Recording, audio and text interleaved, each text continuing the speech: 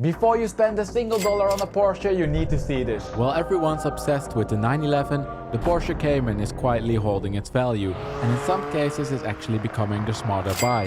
Today I'm breaking down the latest developments in the Cayman prices, showing you why this could be the only Porsche that actually makes financial sense right now. Now let's first talk about the 911. When most people start thinking about buying a Porsche, the 911 is at the top of their list for a few good reasons.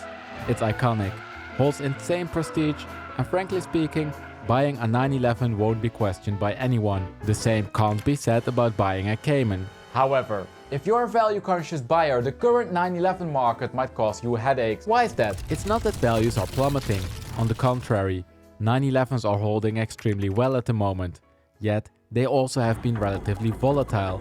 In the time span of only 10 months, Porsche increased MSRP several times, resulting in a total increase of 10%. It's likely that this caused the surge in used prices and, potentially, also the flattening that we're seeing now. It's most obvious in the 992 market. Carrera prices fell, then increased following MSRP increases and now halted, but the effect trickled down all the way to the 991s and 997s. You can check out the full 911 market update if you want to know more.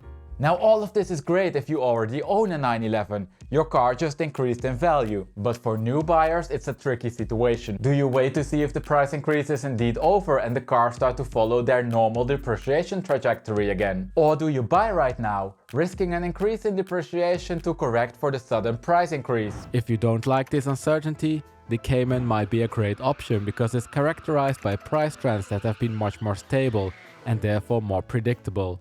That is, you can be more certain about the value loss of your car. MSRP for 2025 models increased but only by 3.5%, and this doesn't seem to be sufficient to shift the complete market. Having said that, the Cayman market is plagued by some other things that might affect the price stability in the future, but we'll look at that after we look at the Cayman data. We start with the 718. Over here we have the price trend for the base, S, GTS and 4-liter GTS. We can see that similar to the 911, prices increased during the pandemic, topped and then started to decrease. First relatively quickly and then more slowly. Yet, since the beginning of 2024, prices have been declining at relatively stable rates. The same cannot be said about the 911. Remember the graph we looked at before? It also means that Cayman prices didn't increase as much as the 911s. The base model is down by 0.5%. The S by 3.3% and the GTS by 4%. The 4-liter GTS is the only model for which prices increased. They're up by 1.3%. Though, you need to keep one thing in mind. Now during the last 2 years, something interesting started to happen in the 718 market. Everybody started to buy one. After all, the new Cayman was supposed to be electric. Looking at the supply development, we can see a major surge in all models from roughly 2024 onwards. These aren't old cars that are put up for sale. The increase is mainly caused by cars from model year 2024 and 2025. Now the numbers that we looked at previously are averages. The brand new cars that caused the supply surge lost slightly more. Let's continue now with the 981s. Over here we have the trends for the base, S and GTS models. Similar to the 718, year-over-year depreciation has been relatively stable since 2024. Last year the base model gained 1.8%, the S model 1.5% and the GTS lost 0.2%. The increase in the base and S markets aren't statistically confirmed, meaning that they can be the result of chance. It's therefore fair to assume price stability. Let's continue with the 987s. For the 987.2s I combined the base and the S models because these cars are incredibly rare. Prices though are fairly stable and have been hovering around $40,000. Last year they lost 3%, but as you probably expected, this change isn't confirmed and can be the result of noise. The Cayman R is the only version that shows strong price increases, but this market is also very small, so we need to interpret this trend with care. According to the trend, prices are up by 13.2%, but the change isn't statistically confirmed. We can see that it mainly occurs at the top end of the market. The bottom end remains stable. Continuing with the 987.1s, we can see that prices have been stable since 2023. Last year, base models increased by 0.9% and S's by 1.5%. But the increase could be based on noise.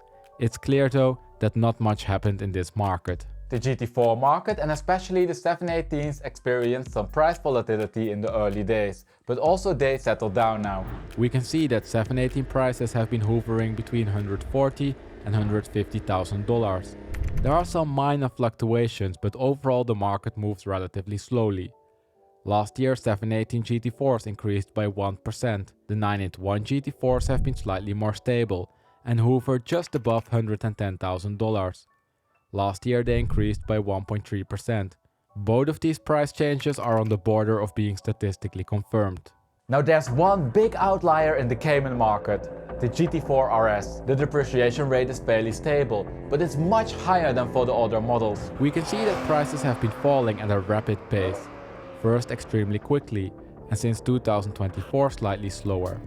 Last year they lost 12.5%. The MSRP plus 25% is approximately $215,000. So this means that much of the drop brought prices simply back to MSRP. Does that matter if you paid $300,000 for yours? Probably not. You still lost close to $100,000. The model year breakdown illustrates this nicely. Prices for 2024 and 2025 cars started much lower than for 2023 cars. It also shows that prices are starting to fall slower, but only at a slow pace. We covered quite a few price trends, so let's put the numbers together.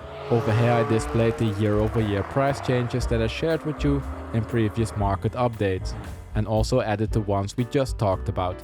The results are aggregated by generation. This clearly shows that, on average, the depreciation rate in the Cayman market is fairly stable. 718s sit at 4%, 981s around 0%, and the same goes for the 987s. The difference between the rate of February 2024 and November 25 is relatively small. If we have a quick look at the overview that I shared with you in the previous 911 video, we can see that the fluctuations are much larger, resulting from a shift towards the positive side of the 0 point. 911s increased more, but also have been slightly more volatile. The Cayman market though isn't doing bad at all. If we look at the market trend for sports and supercars, we can see that the average decline sits at 1.1%. This might seem low, but remember that this includes a large variety of cars, ranging from 458 Speciales to the latest Toyota Supras.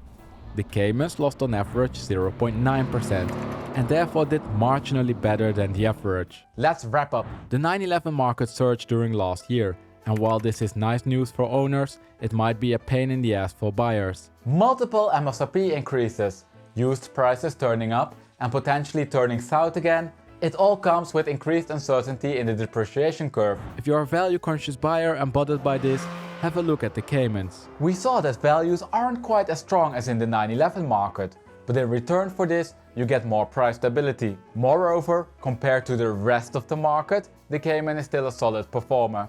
If your mind is set on a 911, all of this of course doesn't matter, and you should definitely buy that 911. But if you're open to a Cayman, it might be the right car for you. The price trends that we just looked at are descriptive. They tell us what happened in the past. These past developments can predict the short-term, future price developments fairly well, but cannot predict the long-term trends. Those are influenced by a bunch of external factors. Porsche, for example, announced that it made a drastic strategy shift, one that moves away from an electric-only Cayman. In the new strategy there will be a new ICE top version of the Cayman, positioned above the EV models. This seems to be something of a GT4 or GT4 RS successor, so it might not interfere with the non-GT4 price trends. Yet, strategies can change all the time, so who knows what's in the pipeline.